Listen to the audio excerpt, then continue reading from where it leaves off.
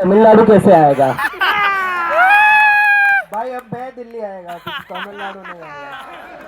तो पहले तो मैं कहना चाहूँगा कि ये जो सरकार है, ये जो कर रही है, ये बहुत सालों से कर रही है और हमने देखा है कि ये लोग बस सीता के पति का नाम ले लेके नीता के पति का काम कर रहे हैं।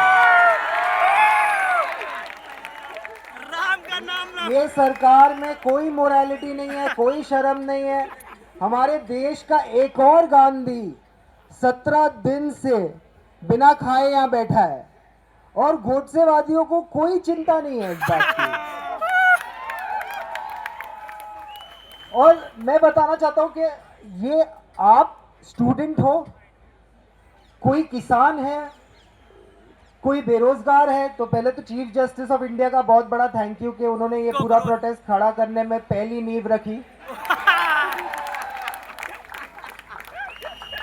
आज कोई गिग वर्कर है जो नौकरी नहीं ढूंढ पा रहा, जिसको पता नहीं, जिसको अपनी वो रास्ते नापते नापते थक जाता है, उसको पता नहीं है दिन कब खत्म होगा।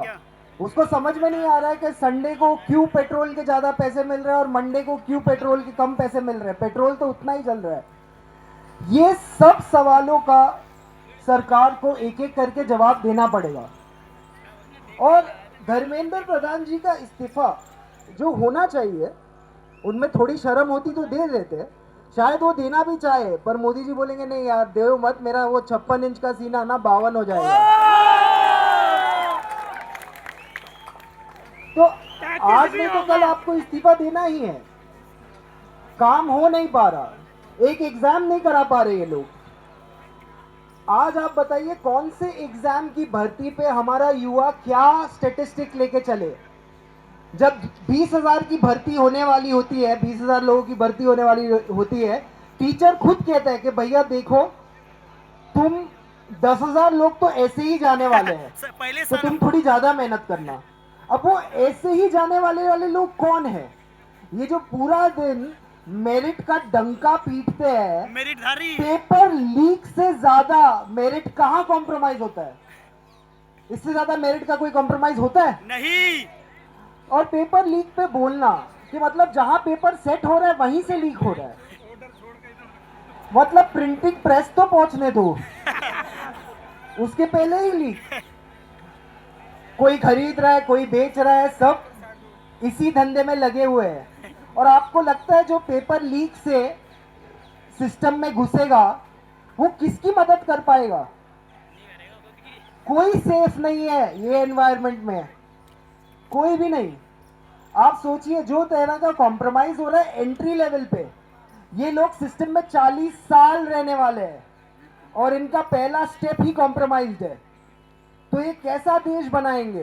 खोखला कर देंगे पूरा साले। आज मैं बता रहा हूँ काफी मुद्दे, ये तो मतलब, और पहले मैं आपको बता दूं, जो भी समझिए कोई मोदी जी का समर्थक है या भाजपा का वोटर है तो उससे बहुत सहज होके बात कीजिए, क्योंकि एक चीज हमेशा ध्यान रखिए आप लोग कि भाई हमें बीमार से नहीं लड़ना है, बीमारी से लड़ना है।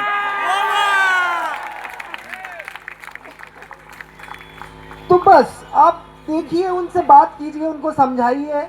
पर अगर वो लॉजिक पे आते हैं ना कि हाँ मोदी जी ने किया है, सोच समझ के ही किया होगा, तो फिर अपना समय और बर्बाद मत कीजिए, दूसरे आदमी के पास जाइए। ये सिलेबस को साइड में करके आप एक 6 महीने का गैप देके फिर रिवीजन के लिए आ जाइएगा। पर मैं आज कहना चाहता हूं कि ये देश सोनम वांगचुक जी के साथ खड़ा हो, ये देश अभिजीत दीपके के साथ खड़ा हो, ये देश वो स्टूडेंट्स के साथ खड़ा हो जिनके साथ खराब हुआ है, जिनके साथ पूरी तरह से अन्याय हुआ है। और आगे जाते हुए हम सब मुद्दों पे बोले। आज हम धर्मेंद्र प्रधान पे बोलेंगे और इसके बाद हम एजुकेशन सिस्टम पे बोलेंगे, इसके बाद हम किसानों के लिए बोलेंगे, इसके बाद हम बेरोजगारी पे बोलेंगे। हम हर मुद्दे पे बोल सके उसके लिए स्पेस रहे, और स्पेस इसीलिए है क्योंकि मीडिया निकम्मा होके कोई चीज पे बोल नहीं पा रहा। आज मीडिया में बड़ी बड़ी नौकरी करने वाले एक सवाल नहीं पूछ पा रहे सरकार से, एक नहीं, हमसे पूछे जा रहे हैं आप यहाँ क्यों आए? अरे हम क्या डांडिया की प्रैक्टिस करने आए हैं? पेपर लीक नहीं होता तो नहीं आते, पेपर लीक हुआ इसलिए आए। अच्छा आप आए हैं, दूसरे क्यों नहीं आए हैं? अरे भैया आप पहले डिसाइड करो आप क्यों आए हो। मीडिया का तो काम आप कर नहीं रहे हो, तो आए क्यों हो? और जो मेरे YouTube के साथी है, आप भाई, आप मीडिया के, आपको जो सवाल पूछना है आप पूछिए, पर आप ये निकम्मे मीडिया वालों की लाइन पे क्यों सवाल पूछ रहे हो? आप स्वतंत्र हो, अपने सवाल पूछिए। आप इतनी दूर आए, आप वही सवाल पूछ रहे हैं जो मीडिया वाले पूछ रहे हैं। नहीं नहीं, हमने सुना है, ये हुआ है, वो हुआ है। आप अपने सवाल, आप पहले तो अपने साथ बैठ जाइए और पूछिए अपने आप से, आप क्यों कैमरा लेके यहाँ आए हैं? वो पहला सवाल आप अपने आप से पूछिए, फिर उसके बाद आप सामने सवाल रखिए। आपको खुद नहीं पता आप क्यों आए हो? जो मेन स्ट्रीम मीडिया वाले 2-2 करोड़ का पगार लेके एसी स्टूडियो में पूछ रहे हो, यहाँ आप धक्का खाते वही सवाल पूछ रहे हो, और वो सवाल से किसी का फायदा नहीं होना, क्योंकि वो सवाल का कोई जवाब ही नहीं है।